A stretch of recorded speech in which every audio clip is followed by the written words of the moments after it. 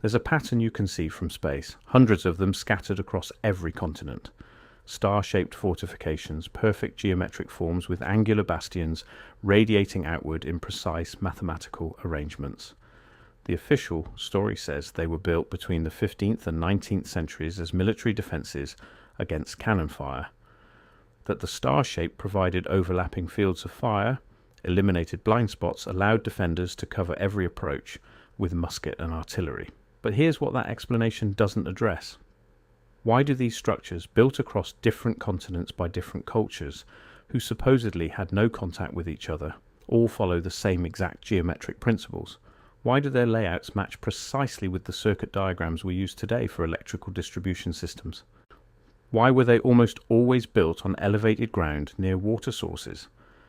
And why did their construction stop completely in the mid-1800s, right around the time a new technology for generating and distributing electricity was being developed?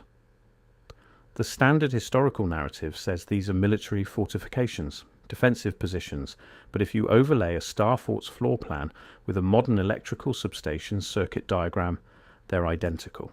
The same radial geometry, the same angular projections, the same central distribution point with branching pathways. Either this is the most remarkable coincidence in architectural history, or we've been told a story that covers up what these structures actually were. Before we go further, understand what we're looking at. Star forts aren't rare anomalies. They're everywhere. Here's Fort McHenry in Baltimore, Bourtange in the Netherlands, Palmanova in Italy, Almeida in Portugal. Countless examples across Europe, North America, South America, Asia, Africa, hundreds of them, all built within the same rough time frame, all following the same geometric principles, all positioned in specific locations that match the requirements for electrical grounding and distribution, not military strategy. The architecture itself tells a different story than the one we've been given. These structures have elements that make no sense for military defense, but perfect sense for electrical infrastructure. Deep moats filled with water surrounding the entire complex. Water is an excellent conductor and essential for grounding systems. The walls themselves are thick, incredibly thick, often filled with earth and rubble. This provides electrical insulation. The geometry of the bastions creates specific electromagnetic field patterns when energized, the same pattern used in modern power distribution networks. Star forts are almost always built on the highest ground available. Electrical grounding systems work best at elevation where they can tap into atmospheric charge. The water table depth at these positions matches ideal specifications for ground rod installation in modern electrical systems. Let's talk about Palmanova in Italy. Built in 1593, a perfect 9-pointed star, absolutely geometrically precise. You can see it from aerial photographs. The precision is stunning. Each bastion exactly the same size. Each angle exactly the same degree. The central plaza perfectly circular. 3 concentric rings of fortification. The whole structure oriented to specific compass directions. The official story is that this was designed by Vincenzo Scamozzi as an ideal Renaissance city and fortress. But here's what's strange. Palmanova never saw significant military action. It was never successfully besieged. It never served its supposed defensive purpose. Yet it was maintained, garrisoned, and kept operational for centuries. Why? If it was a failed military project, why continue operating it? Unless it wasn't a military project at all, unless it served a different function, a function that required precise geometry, specific orientation, elevation, water access, and continuous operation, a function like electrical power generation and distribution. The mathematics are identical. When electrical engineers design power distribution networks today, they use radial topology, a central generation point with branch circuits extending outward in a star pattern. This minimizes voltage drop, balances load, and provides redundant pathways for current flow. It's the most efficient geometry for distributing electrical power across a geographic area. Star forts use exactly this topology. Central plaza, radial streets extending to the bastions, each bastion identical in size and shape. Precise angular spacing. This isn't military architecture, this is electrical engineering. Now consider the timeline. Star fort construction begins in the late 15th century, peaks in the 16th and 17th centuries, then stops completely in the mid-19th century. The explanation is that advances in artillery made them obsolete. But here's what else happened. In 1831, Faraday discovered electromagnetic induction. In 1832, Pixie built the first electrical generator. In 1879, Edison demonstrated the incandescent bulb. In 1882, the first central power station opened in New York. A new technology for generating and distributing electricity had emerged. The timing is exact. Star fort construction ends precisely when centralized electrical generation begins. Many star forts have extensive underground galleries. The explanation is that these allowed defenders to move safely and place mines, but the galleries are far more extensive than needed. They run throughout the entire structure, connect to the moats, have ventilation shafts and chambers lined with specific materials. These are wiring conduits, exactly where you'd run electrical cables in a power distribution system. Consider Fort Independence in Boston Harbor, star-shaped, surrounded by water. Built on elevated rock, extensive underground galleries, the fort saw minimal military action during its operational life, yet it was continuously garrisoned and maintained. The official history says it guarded Boston Harbor. But Boston Harbor was never seriously threatened during the fort's active period. What was it actually doing? Or Fort Jefferson in the Dry Tortugas, the largest masonry structure in the Western Hemisphere, a massive hexagonal fort built on a small island, 16 million bricks. It was never completed, never served a significant military purpose, but it's built in the ocean surrounded by salt water, which is highly conductive. It's positioned on a small island that could be isolated electrically. It has extensive internal galleries. Construction stopped in 1874, right when centralized electrical generation was becoming viable. The connection to water is crucial. Almost every star fort has intimate connection to water. Moats, yes, but also canals, rivers, harbors, oceans. Water isn't just a defensive obstacle. Water is essential for grounding electrical systems and for cooling. High-voltage electrical equipment generates enormous heat. It needs cooling. Water provides that. The moats around star forts weren't just obstacles. They were cooling systems and ground planes. Then there's the question of construction knowledge. These structures required advanced mathematical and engineering knowledge, precise surveying, exact angle calculation, understanding of geometry. The official narrative says this came from Italian Renaissance architects who studied Roman engineering. But Roman forts were rectangular. Roman engineering didn't produce star forts. The geometry is completely different. The mathematics required are specific electrical engineering concepts applied to radial topology and field geometry. Here's another pattern.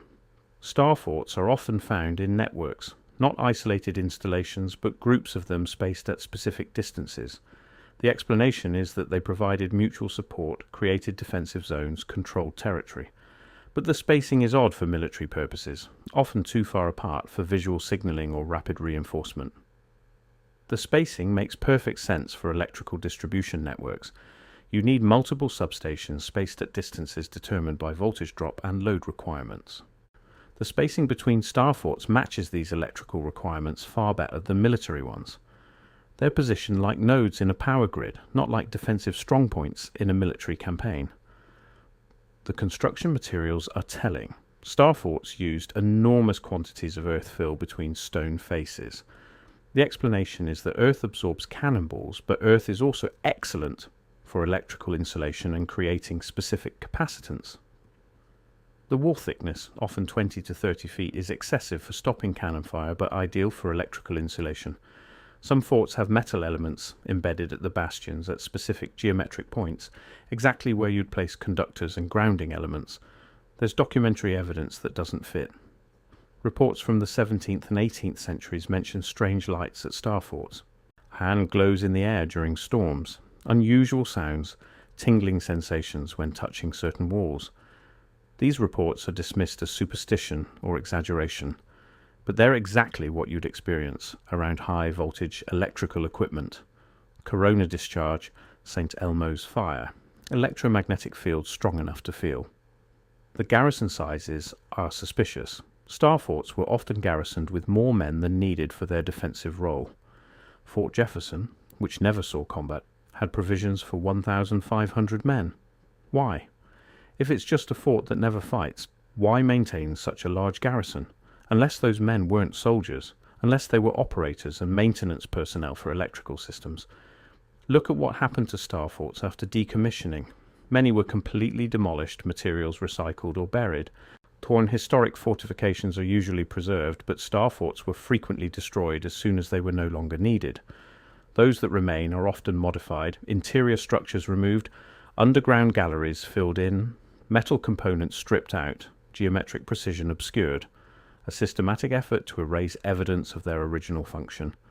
The official timeline says star forts were built to defend against cannons, but cannon warfare existed for 2 centuries before star forts appeared. Cannons were used from the 14th century onward, yet star forts don't appear until the late 15th century. If the star geometry was a response to cannon fire, why the 200-year delay? Unless they weren't developed in response to cannons at all. There's the puzzle of the central plazas. Mound star forts almost always have a large open plaza at the center, empty space. The explanation is that this provided room for troops, supplies, and to keep powder magazines away from the walls, but the size is excessive. The plazas are huge, far larger than needed for those purposes. In an electrical system, the central plaza would be where the primary generation or distribution equipment was located. You'd want clear space around it for safety, for heat dissipation, for access. The size of the plazas matches what you'd need for electrical equipment, not what you'd need for military purposes. The question is why. If these structures were electrical infrastructure, what were they powering? What was the electricity used for? We don't see evidence of electrical devices from that era. No light bulbs, no motors, no electrical appliances. So what was the point? One possibility is that the electrical system was used for purposes we no longer recognize or understand. Communication, perhaps, long-distance signaling across vast networks, or power for technologies that have since been lost or deliberately suppressed. There are suggestions in historical records of capabilities that seem impossible by our current understanding of that era. Long-distance communication without visible means, lights that burned without fuel or visible source, machines that operated without horses, water wheels, or any recognizable power source. These references are typically dismissed as myths, exaggerations, or misunderstandings of what people actually witnessed. But what if they were real? What if there was a technological infrastructure based on electrical power that existed before what we call the Industrial Revolution? An infrastructure whose only remaining evidence exists in these geometric stone structures we now call star forts. The more you examine the details, the less the military explanation holds together. The effort required to build these structures was absolutely enormous. The precision required was extreme. The resources consumed were staggering. Nations literally bankrupted themselves building star forts. Entire treasuries depleted. Generations of labor invested. If they were just military defenses that in many cases never saw actual combat, never fulfilled their supposed defensive purpose that represents an extraordinarily poor return on investment, an almost inexplicable waste of resources. But if they were infrastructure, if they were power stations, then the investment makes sense. You build infrastructure even if it's expensive because the return comes from the capabilities it enables. You maintain it carefully because it's essential to your civilization's functioning. You garrison it heavily because it's valuable and vulnerable. When the technology changed, when better methods of generating and distributing electricity emerged in the 19th century, the star forts became obsolete. They were shut down, decommissioned, and in many cases destroyed. The knowledge of their true function was suppressed or lost, and a new story was created to explain why these geometric stone structures covered the landscape. A story about military defense, a story that satisfied curiosity without revealing the truth. That's the pattern throughout history. When technologies change and evolve, the old infrastructure is explained away, given new meanings and interpretations, repurposed for different uses, or simply destroyed. The people who built the star forts knew exactly what they were doing. They understood electrical principles that we supposedly didn't discover until centuries later. They built a sophisticated power distribution network that spanned entire continents. And then something fundamental changed. The system was shut down. The knowledge was systematically lost or suppressed, and we were left with the structures themselves, stripped of their original function, explained as something else entirely. Star forts match electrical circuits because that's what they were. The geometry isn't military, it's electrical engineering. The evidence is there in the structures themselves, in their placement, in their features, in their timeline. The official story doesn't fit the facts, but the electrical explanation does, perfectly.